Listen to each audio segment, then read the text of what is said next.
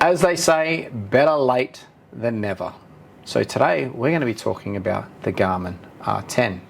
We're going to put this little launch monitor to the test in here, and we're going to put it to the test out there. And we're going to put it up against what I would call one of the best launch monitors on the market. But I actually have gone a step down in launch monitor, and we're going to put it up against the Foresight Sports GC3. Now this little baby here, or this little launch monitor here, actually reads more parameters than its $12,000 counterpart. But when it comes to launch monitors, this is the company I trust the most. So it's going to be very, very interesting to see how the path numbers compare between these two, as well as attack angles, also ball speed and club head speed. And like I said, we're going to test them both inside and out. And when it comes to inside testing, nothing in my experience beats camera-based technology. It'll be very, very interesting to see how the numbers compare. So then you can know yourself when you go out to buy this Garmin R10, whether or not you are getting bang for your buck. Let's get into it. Before we actually start putting this unit to the test, we need to actually talk about it in general first of all. So it's a very, very small launch monitor, and it comes in this extremely good hard case. Now this hard case will protect your unit quite well, and because it's so small, you can take it everywhere with you. So you can fit it in your golf bag and it's not going to weigh a lot. Now what do you get inside this little Garmin pouch here? Well, of course you get your launch monitor and you get the stand. Now that stand simply clicks to the back of the launch monitor by way of magnets. Then you open up the stand and then that stand sits on the ground. So that's really, really good. We also get what we would call a phone holder, which can clip to your golf bag. And that is really, really, really good in my eyes, because when it comes to a launch monitor, sometimes I find people try to achieve numbers in their golf swing. And when you try to achieve numbers in your golf swing without actually knowing what your golf swing looks like, you create manipulations. And then when you create manipulations, then your swing starts to slow down because you're trying to create perfect path angles. Whereas what I would want my students to do is I would want them to have a golf lesson, then grab the phone attachment, almost dropped it just then, grab the phone attachment, video their swing, see that they're doing the right swing, and then see if the numbers are coming up in what you are wanting to achieve. Don't go buy this unit and simply think that this is going to fix your swing. It is a launch monitor that is going to give you feedback, but that feedback that you get also needs to match up to what you're visually seeing. So go get a golf lesson, understand what you're trying to do with your golf swing, understand the visual of your golf swing, and then use the Garmin to actually see if you're achieving the numbers that you're trying to achieve by matching it up with the visual. So really, really good that all this comes in this little hard case, which can fit inside your golf bag. Now, are there other launch monitors out there on the market that are transportable? Well, yes, there is the Mevo. The Mevo doesn't have as many parameters or measuring parameters as the Garmin. And then you've also got the Mevo Plus. Now the Mevo Plus does have as many parameters, but it is also slightly bigger. So when it comes to transportation, this unit wins hands down. Now that leads me to the next topic of conversation. What does this actually read? So I'm on the Garmin website on my computer, and it tells me here that it does club head speed, club face angle, club path angle, attack angle, ball speed, launch angle, launch direction, spin axis, spin rate, apex height, smash factor, carry distance, total distance, and deviation distance. Now that is a hell of a lot of parameters for a unit that costs less than 900 AUD. Now that also leads me to the fact that if you are looking to get your hands on this Garmin R10, head over to the 24/7 Golf website. They have got some in stock and they can get that shipped out to you as quick as possible. So make sure you go down into the description down below, click on that description, and it will take you to their website. But then when you look at all the parameters that this little launch monitor does, this one here at $12,000 doesn't do as many. So it is definitely, for bang for your buck, something that you could possibly invest in. So that's why we're going to put it to the test in here and out there on the driving range. And like I said, we'll put it up against what I consider to be one of the best. Now, it does actually say on the website that there is a little bit down the bottom that says radar accuracy. And it says here the club head speed will be within 3 miles per hour. The ball speed will be within 1 mile per hour. The launch angle within 1 degree. The launch direction within 1 degree. And the total carry distance within 5 yards. It is also compatible with E6 software. And if we were to look at all the things that come up on your iPhone when you download the Garmin app. Now, I've only actually used what I would call the driving range feature. And you can see that when you download the Garmin app, it says down the bottom, it says Golf Sim. You click on Golf Sim, then you can scroll down to the driving range. Now, it also has on here the E6. It also says on Home T Hero. But like I said, I've only ever used the driving range feature. And when you click on the driving range feature, you click on Start Training, and then it comes up with 4 options. It has Palm Island, Green Valley, Crooked Creek, and of course, the distance range. Again, I'm just going to click on the distance range. And then it says here, when you have this unit and you're about to start using it, you need to put it a certain amount of distance behind you. Now, you can vary that distance, but I generally say the further back that you do it, I would not do it any closer than 2 meters. The further back that you do it, the better the readings are going to be. So I usually set it to 2 meters and then I hit Start Session. Shows you how to line up the unit, and voila, there you go. Now you have got 3 different screens that you can look at, or 4 different screens. You've got the driving range, which is the map. You've got the data fields, which gives up all the numbers. You've also got ball impact position, and you've also got swing playback. That's when you're using the Garmin R10 with the recording feature on your mobile phone. So the other great thing about this is you can then record all your driving range practices and save that, so that you've always got record of all the practice that you've done and the numbers that you've been getting, so that you can start to build a bit of a roadmap as to what you are doing right and what you are doing wrong. So that's all I'm going to say about the Garmin R10. It is now time to put it to the test and start to hit some shots. Like I said, I'm going to compare it to the GC3. Especially inside, that's going to be extremely interesting, because I always say camera-based works better than radar-based.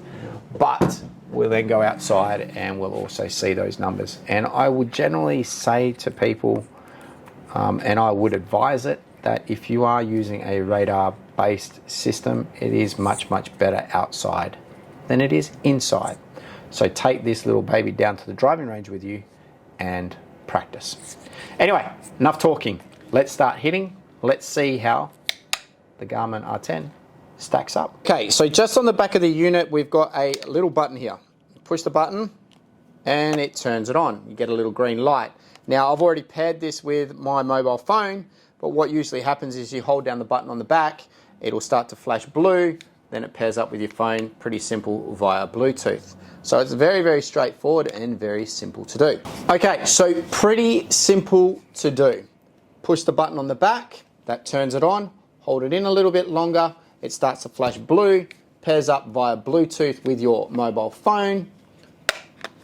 It then goes red on the front, and it starts to flash green like this when it's ready to hit. So don't hit a golf ball until you see the green light flashing on the Garmin.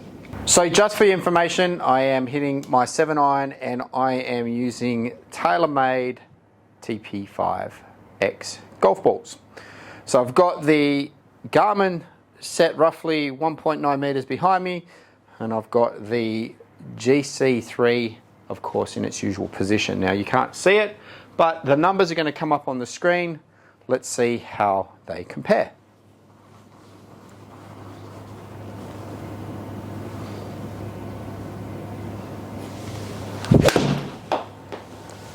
Okay, first shot away.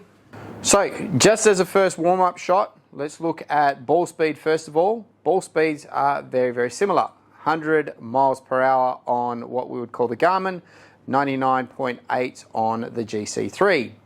Carry distance is 120 on the GC3 and 118 on the Garmin. So pretty close when it comes to those numbers. Launch angle, 20.1 on the GC3 and 19.6 on the Garmin. Again, very close. Spin numbers, 6563 on the Garmin and 6975 on the GC3. So pretty close when it comes to what we would call those numbers in the first place. So let's hit a couple more shots and we'll see what else we get.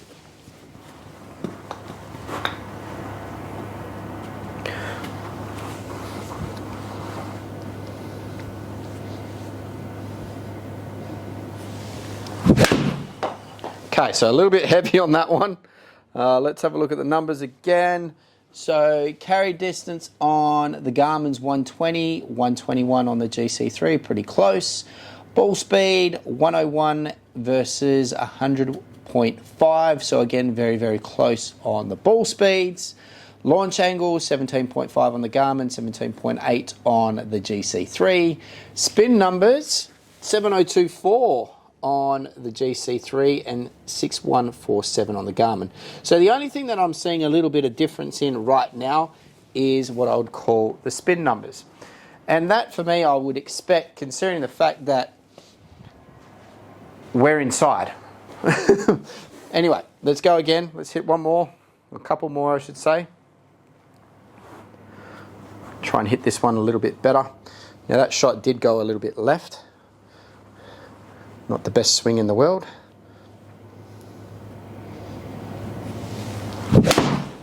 Okay, slightly better hit there.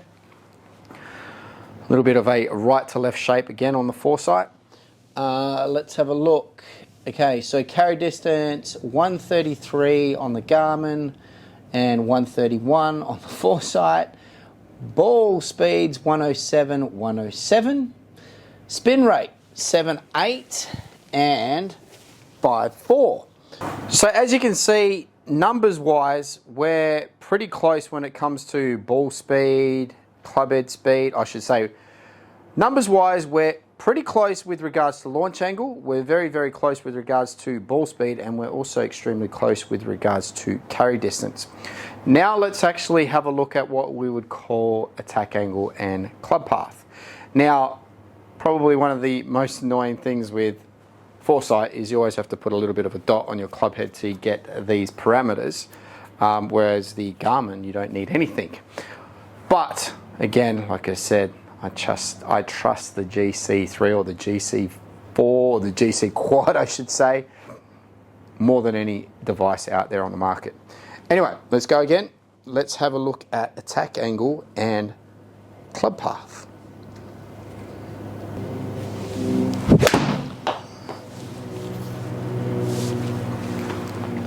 Okay, relatively solid. Let's look at, like I said, what we would call club path and angle of attack. So on club path on the GC3, it's 0.3 negative. On the Garmin is 2.2 left. So negative, so 0.3 negative and 2.2 negative.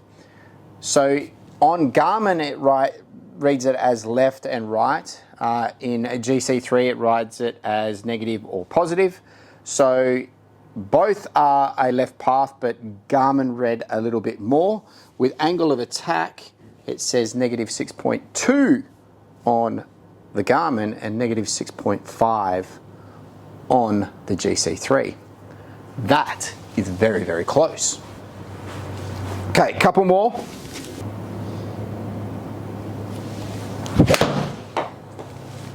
Okay, again, fairly solid hit. It's definitely going left again. Club face was a little bit closed. Angle of attack, 3.6 on the Garmin, 6.2 on the GC3. Path-wise, one says 1.7 left, which is the Garmin, so again, slightly off to the left, whereas club path on the GC3 said positive 1.6. So it's within a degree. Attack angle changed a little bit between those two. But so far, so good. For a unit that is $11,000 cheaper than the GC3, it is working relatively well inside. One more, and then we're going to take these two bad boys outside.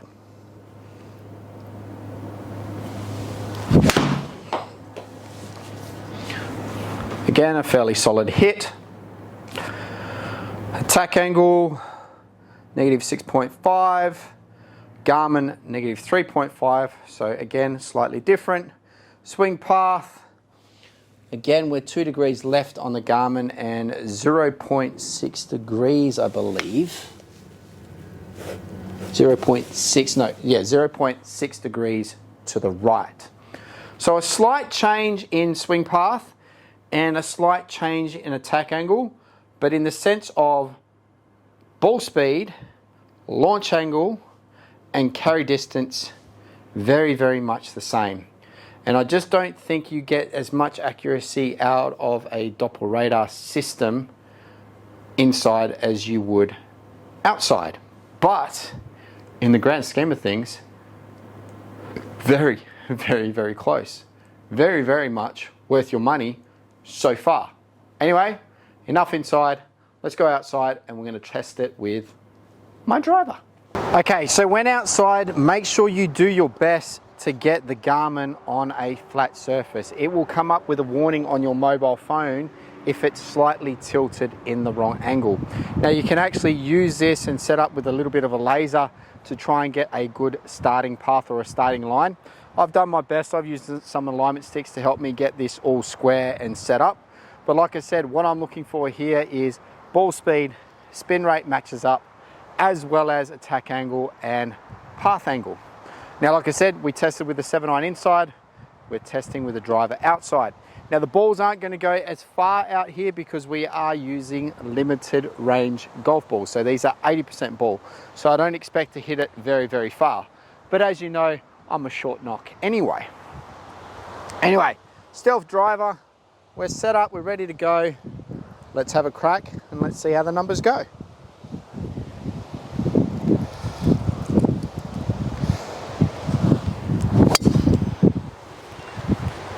Not a bad one to start with. Lost my balance a little bit. A bit of a cut left to right. Now, ball speed 138. 138 on the Garmin. Launch angle 9.2. Launch angle 8.7. Club path negative 3.7. Negative 3.2 on the Garmin. Attack angle 2.2 down. Attack angle on the Garmin was 3.3, 3.5 down. Definitely need to start hitting up. And spin numbers 3399 on the GC3 and 3218 on the Garmin. Very, very close. Let's try that one again.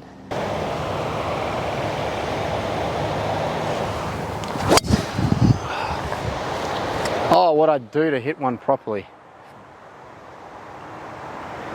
That's gone nowhere into the wind. All right, so carry distances are again very much the same within 5. Ball speeds are the same or close to being the same. Where's the ball speed? Ball speed, ball speed. 134 versus 135. Attack angle 3.5 down on the GC3, 2.5 down on the Garmin, and carry distances pretty much the same. So with regards to numbers overall, not too bad. I am going to hit one more. because I haven't hit one good yet. And then we'll, like I said, head inside.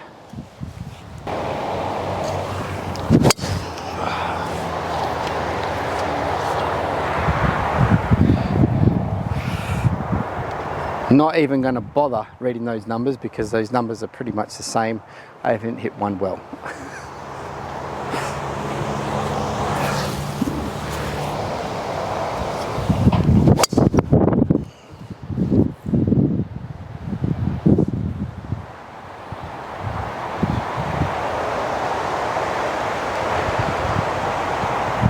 Okay, so overall, pretty good with the Garmin R10. So let's head inside and have a look at the numbers as a whole and see if the Garmin R10 is definitely worth that odd $900 AUD as an investment for you to help you improve your game. Okay, so if we're going to look at average numbers, when you actually go into the Garmin app, you can actually go to session details. But when you do go to session details, it only gives you the average carry distance, the average total distance of each of your clubs. It doesn't really give you a breakdown of your spin numbers and your club paths like the GC3 does. But when we're looking at the averaging carry on the driver, they are very much the same. Average is 187 and the carry is 190, and of course that's limited range ball, so add 20% to that and you're getting close to the 220 that I normally hit. Now I wasn't hitting it too well today, so the spin numbers were relatively high, and then when we compared the spin numbers when we were out there on every single shot, and we can do that going back into here, most of my spins were up in the 3,900 mark, which is really bad for me. Most of the attack angles were relatively similar. There were a couple there that were quite a bit of variation between the two, but ball speed was very similar, very similar, and so was the club path.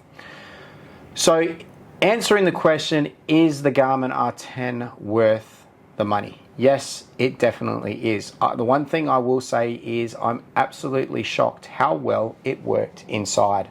If there was one area I thought it was going to fail at miserably, was the testing inside. But when you saw the numbers, they were very close to each other.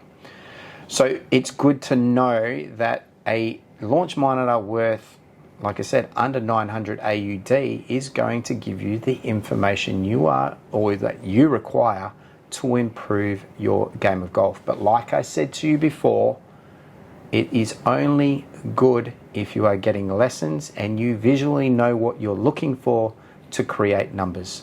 Don't go and buy this unit to try and perform numbers. It will only damage your game further. Lessons, video analysis, and numbers combined is going to take you to the next level. So if you are chasing after a Garmin R10, like I said to you before, 24/7 Golf is the people you need to hit up. The links for them are down below. They have got the unit in stock. So get out there, get yourself or get your hands on a Garmin R10. I promise you, you will not be disappointed. Anyway guys, thanks for watching. Like, subscribe, share. Please give it a thumbs up. The thumbs up is the most important thing. It helps to get my videos more exposed.